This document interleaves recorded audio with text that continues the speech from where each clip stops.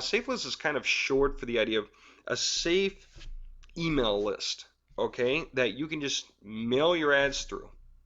All right, somebody a long time ago, back when people were afraid of spamming each other, came up with an honestly interesting, good new system. Just like in the beginning, whoever tried web traffic exchanges, they may have worked at one time because everybody was really pretty impressed by what they saw from other websites. There weren't so many websites. You were not, bombarded. You didn't feel like you had to flip through 50 to find one that was legitimate. Everything was interesting. Once you landed on a page and your timer got done clicking down, then you probably didn't leave it for a few minutes because you were still reading because it was fascinating. This was back in the day when people weren't moving so fast and therefore reading less and less to try to make up for how rapidly they're moving. Okay? Safe list directories. And again, the basic model of a safe list is flawed. It will fail, just like the basic model of a website traffic exchange will fail as well. Okay? Safe list directory. In the old days, people were afraid of spamming each other, and so they said, how can we deal with it? Well, we have to sort of agree that we're going to send each other our ads, our spam, but we agreed to it. You show me yours, I'll show you mine. Similar model. In other words, 100% supply, no demand. Matter of fact, that's the model I want you to learn. So in a safe list, people said, okay, let's get 20 of us together and we'll join a website. We'll sign in. We'll have an email address that will tell the website, hey, this email address, you're allowed to spam me here. No problem, it's whatever. It started off being their main email address. Everyone kind of only had one email, and they wanted all their mail to go to it so that they could see it all. Imagine that. And again, it's a dinosaur idea, safe lists, but there's so many newbies coming on that don't know one thing from the next. All they know is they're aiming cheap first because they have no budget. Newbie, no budget, dinosaur systems that have propagated like mad. 100% supply, no demand. These are concepts that help you avoid mistakes in the future because you start to recognize the trends in different forms. They're not different than website traffic exchangers. They're just set up differently. Here's the way that goes. 20 people sign up to a website and they all say, hey, we agree to show each other what's going on. All right, fine. So everybody takes the thing they find the most interesting, their big affiliate program, whatever it is that they figure everyone else is going to be interested in. Well, they do. They send it to each other. So you got to send your ad to the other 19 people. They each got to send their ad to you. Uh-oh, wait a minute. Did I just say they each got to send their ad to you? Yes, you sent one mail to each person, but you got 19. And they each got 19 too, you know. All right? And you can live with that. And so you say, fine, fine, fine. I'll just drop it on my spam, filter. I'll try to catch these better. I'll say emails coming from this service go in my spam folder. Ooh, now that's a horrible thing. Everyone's doing the exact same thing. Didn't we just all say, okay, I'm just going to erase reading these? Well, again, imagine being a buyer signing up to these to find something to buy. All right? So the safe list says, okay, we all showed each other, and it wasn't too bad. It wasn't too painful. 20 ads came through. The safe list owner says, okay, we're going to slow it down. You can only send a max of 3 or 4 or 5 a day, something like that. Less, of course, you pay money. Then you can send to everyone.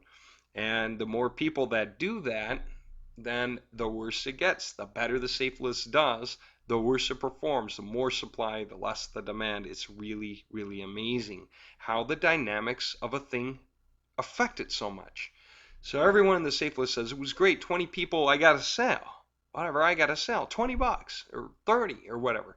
About the best you can do. It doesn't matter what your cut is. It doesn't matter if what your cut is 20 or 30. The darn thing, it better only sell for 20 or 30 for these guys to afford it. Because again, this is a place newbies go because they don't know better. Okay, especially now. These are dinosaurs. Might have been a time you could sell $1,000 item in a safe list. 10, 12, 15 maybe years ago. You could have probably done that. Not anymore. Now safe lists are wild. Okay, so everyone says, great, but we need more people. So then they say, hey man, and they do some advertising and they sign up 200 people. Now you get to send your ad to 200 people and you receive 200 ads. And this is a day. All right, now it's starting to get to be a bit too much. And so you sign up a lot more people too, but at the same time you change your email address over to another email address to kind of get out of the way. You need another email address. It's your primary one for reading real mail, which is the one you have originally, probably, and you try to move the crap over to another one. All right. In the meantime, the safe list owner is selling your name to other safe list owners, okay, who are bombarding you with ads for their safe list. And you may or may not see, but some of them you probably do if you're big on safe list. Well, here's where things got wild. People said, okay, let's get 100,000 people in a safe list. And all of them are emailing each other and getting virtually no sales at all. All the blasted emails are going into bulk mailboxes. Everyone is advertising to thin air. No one's reading. In your bulk email box, you can sort it to show you 20,000 topics per page, 20,000 emails per page. And you see the subject lines in all of them. Click on any one of them, you'll see the body of the message. Whole thing works. It really does work. It is an email box. You could use it for regular emailing. But its only purpose is to house trash email because you want to show, you don't want to see. So then it got worse. Talk about perverse, this got nuts. In the case of Safeless, people discovered that they could create software that auto-submitted your ad to multiple safe lists, and you always thought you just needed to sell to more and more and more people to get it to finally sell. So you buy the stupid submitter because the guy tells you you're going to get rich with it. And again, it may be that in the beginning there was such a thing when one or two people were using it and hitting enough new safe lists when they first came out to make it work. Not anymore. It doesn't work anymore. So you spend the lousy 47 bucks to get the tool.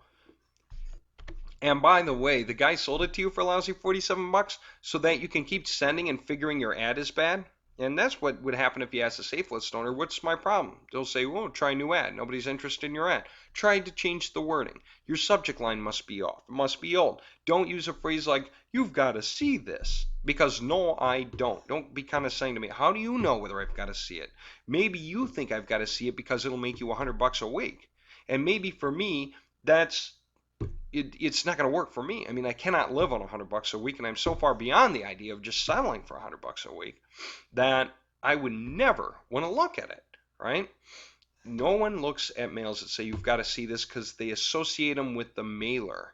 The mailer must be a newbie or a novice to send a subject line like that.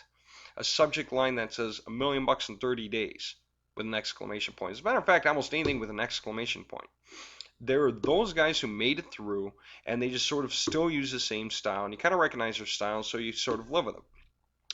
But for the most part, when you just see something out of the blue from someone you don't know, they're a newbie and they're writing what they feel. But what they're feeling is excitement over something that a newbie would feel. I mean, again, it's newbies in these places. Okay, so they're learning, but they're at the ground level, and for them, $100 sale, period, would be a huge advancement over anything they've managed so far, right? So it gets perverse. Now you spend your 47 lousy bucks, and you're never gonna, get a refund on it, and you're never even gonna think to ask for one anyway because you figure it's your fault if you can't make it work. And you just blast these safe lists away over and over again with everything you can think of, and add more safe lists and add more safe lists, and it never frickin' brings any sales because it's 100% supply, no demand. Everyone is advertising to thin air. It's ungodly how much money is spent on the internet advertising to thin air. Website traffic exchangers. Guys used to create software that could flip through the pages for you. You could program them to wait 5 or 10 or 15 seconds or whatever, and then go to the next page. Wait again, then go to the next page and click the click links, which is amazing because anyone who sees it should know the whole market disappears the moment everybody learns about it, and people will, especially if guys are advertising on website traffic exchangers, which makes the most sense. Okay, so there are affiliates selling these things on website traffic exchangers, or used to be back when they worked. Then the website traffic exchanger has to wise up, and they have to invent security features that make it hard for this program. It has to read an image verification link, or it has to ask a logic question. You have to answer the right A, B, C, or D. And it'll be a stupid, simple, easy question. You'll never fail to answer it. And there's a timer for how long you take to answer it before you lost your hit credit, and you have to log back in to continue. So when you see automated software that defeats the demand side of the house, you should run.